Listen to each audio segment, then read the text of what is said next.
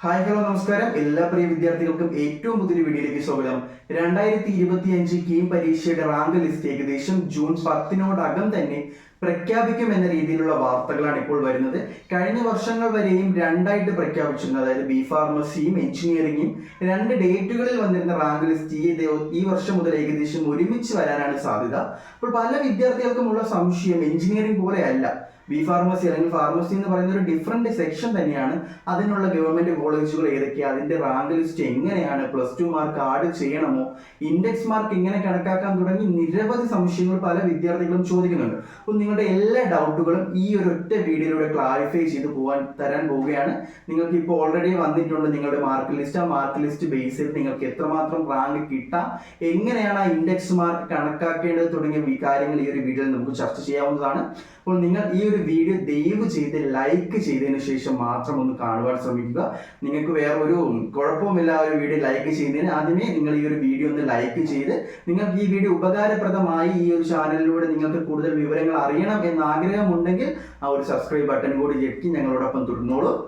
അപ്പോൾ ഈ ഒരു ബി ഫാർമസിയുടെ കാര്യത്തിലേക്ക് വന്നാൽ ആദ്യമേ പറയേണ്ടത് നിങ്ങളുടെ +2 മാർക്ക് ഇവിടെ പരിഗണിക്കുന്ന ഒരു കാര്യമല്ല. നിങ്ങൾക്ക് എല്ലാവർക്കും അറിയാം എന്താണോ നിങ്ങൾ നിങ്ങളുടെ എക്സാമിന് എഴുതിയത് അതിൽ മാത്തമാറ്റിക്സ് ഒഴിച്ചിട്ടുള്ള ഫിസിക്സ്, കെമിസ്ട്രി ഇവയുടെ 2 മാർക്ക് മാത്രമായിരിക്കും നിങ്ങളുടെ ബി ഫാർമസി റാങ്ക് ലിസ്റ്റിലേക്ക് പരിഗണിക്കുന്ന ഒരു കാര്യം. നമുക്കറിയാം കീമിന്റെ എഞ്ചിനീയറിംഗിന്റെ ഇൻഡെക്സ് മാർക്ക് എന്ന് പറയുന്ന 600-നാണ്. 300 റിട്ടൺ എക്സാം കീം എക്സാമും 300 നിങ്ങളുടെ +2 മാർക്കും ചേർത്ത് 600-നാണ് ഇൻഡെക്സ് മാർക്ക് വരുന്നത്. എന്നാൽ ബി ഫാർമസിയിലേക്ക് വരുമ്പോൾ നിങ്ങളുടെ ഇൻഡെക്സ് മാർക്ക് വെറും 300 മാർക്കായിരിക്കും.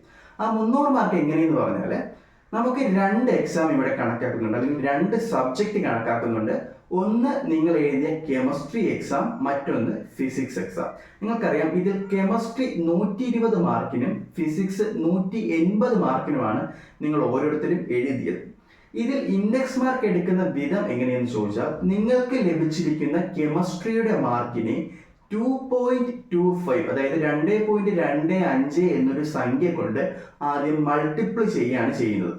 120-ന് ഇപ്പോൾ നിങ്ങൾക്ക് 100 മാർക്കാണ് ലഭിച്ചെങ്കിൽ ആ 100 മാർക്കിനെ 2.25 കൊണ്ട് മൾട്ടിപ്പിൾ ചെയ്യുമ്പോൾ നിങ്ങൾക്ക് കിട്ടുന്നത് 225 എന്നൊരു സ്കോറാണ്. അതുപോലെ തന്നെ നിങ്ങൾക്ക് കിട്ടിയിരിക്കുന്ന ഫിസിക്സിന് നിങ്ങൾക്ക് എത്ര മാർക്കാണോ കിട്ടിയിരിക്കുന്നത് ആ ഒരു സ്കോർ അതേപോലെ എടുക്കുന്നതായിരിക്കും. അതിൽ മൾട്ടിപ്ലിക്കേഷനോ ഡിവിഷനോ കാര്യങ്ങളോ ഒന്നുമില്ല. 180-ന് നിങ്ങൾക്ക് എത്ര മാർക്കാണോ കിട്ടിയത് അത് അതേപോലെ തന്നെ എടുക്കുന്നതായിരിക്കും. ഇപ്പോൾ എക്സാമ്പിൾ ആയിട്ട് ഞാൻ 180-ന് 75 മാർക്ക് കിട്ടിയ ഒരു വിദ്യാർത്ഥിയുടെ കാര്യം കൂടി നമുക്ക് ഇവിടെ പരിഗണിക്കാം. അപ്പോൾ കെമിസ്ട്രിക്ക് 100 മാർക്ക് കിട്ടി, 100 × 2.25 അത് 225 മാർക്ക്. ഫിസിക്സിന് 180-ന് 75 മാർക്കായപ്പോൾ രണ്ടും കൂടി ആഡ് ചെയ്ത് 300 മാർക്കായിരിക്കാം. ഇനി ഈ കിട്ടിയ അതായത് ഫിസിക്സിന്റെ അതേപോലെയുള്ള മാർക്കും കെമിസ്ട്രിയുടെ മൾട്ടിപ്ലിക്കേഷൻ കഴിഞ്ഞുള്ള ടോട്ടൽ സ്കോറിന്റെ കൂടെ 2 എന്നൊരു ഡിജിറ്റ് നിങ്ങൾ മൾട്ടിപ്പിൾ ചെയ്യുക. ഇവിടെ 300-ന്റെ കൂടെ 2 മൾട്ടിപ്പിൾ ചെയ്യുമ്പോൾ നമുക്ക് കിട്ടുന്നത് 600 ആണ്.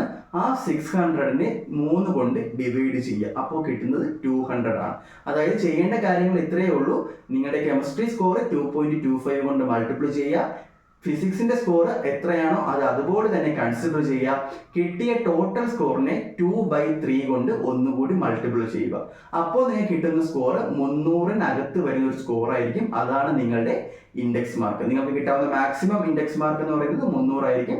നമുക്കറിയാം ഇപ്പോൾ 120 വാങ്ങുന്ന ഒരു വിദ്യാർത്ഥിയുടെ ആ ഒരു 120 × 2.25 + 180 ചെയ്യുമ്പോൾ നമുക്ക് 450 എന്ന് കിട്ടും. ആ 450 × 2/3 ചെയ്യുമ്പോൾ 900/3 300 ആയിട്ട് തന്നെ കിട്ടുന്നുണ്ട്. അപ്പോൾ ഫുൾ മാർക്ക് വാങ്ങിയ ഒരു വിദ്യാർത്ഥിക്ക് 300 മാർക്കും ഇൻഡെക്സ് മാർക്ക് കിട്ടും. നിങ്ങളുടെ ഫിസിക്സിന്റെയും കെമിസ്ട്രിയുടെയും മാത്സ് നിങ്ങൾ ജസ്റ്റ് ഒന്ന് നോക്കിയതിന് ശേഷം എത്ര ഇൻഡെക്സ് മാർക്ക് നിങ്ങൾക്ക് കിട്ടി എന്നൊരു കാര്യം ജസ്റ്റ് കമന്റ് ബോക്സിൽ രേഖപ്പെടുത്തുക. നമുക്ക് അതനുസരിച്ച് ബാക്കി റാങ്കും കാര്യങ്ങളും എല്ലാം ചർച്ച ചെയ്യാവുന്നതാണ്. അപ്പോൾ ഈ ഒരു വീഡിയോയിലൂടെ നിങ്ങൾക്ക് ഇൻഡെക്സ് മാർക്ക് എന്തായാലും കണ്ടുപിടിക്കുവാൻ സാധിക്കും, അല്ലെങ്കിൽ അത് കണ്ടുപിടിക്കേണ്ട വിധം മനസ്സിലായി എന്നൊരു വിശ്വാസം എനിക്കുണ്ട്. തുടർന്നുള്ള വീഡിയോകളിൽ ഈ ഒരു ബി ഫാർമസിയെ പറ്റിയും കീമിന്റെ അലോട്ട്മെന്റിനെ പറ്റിയുള്ള വിശദമായ കാര്യങ്ങൾ നമുക്ക് ചർച്ച ചെയ്യാം. നിങ്ങൾ ഈ ഒരു വീഡിയോ ലൈക്ക് ചെയ്ത് തന്നെ കാണുക. നിങ്ങൾക്ക് ഉപകാരപ്രദമായെങ്കിൽ നിങ്ങളുടെ ബാക്കി ഫ്രണ്ട്സിന് കൂടി ഒന്ന് ഷെയർ ചെയ്ത് കൊടുക്കുക. നമുക്ക് മറ്റൊരു വീഡിയോ കാണാം.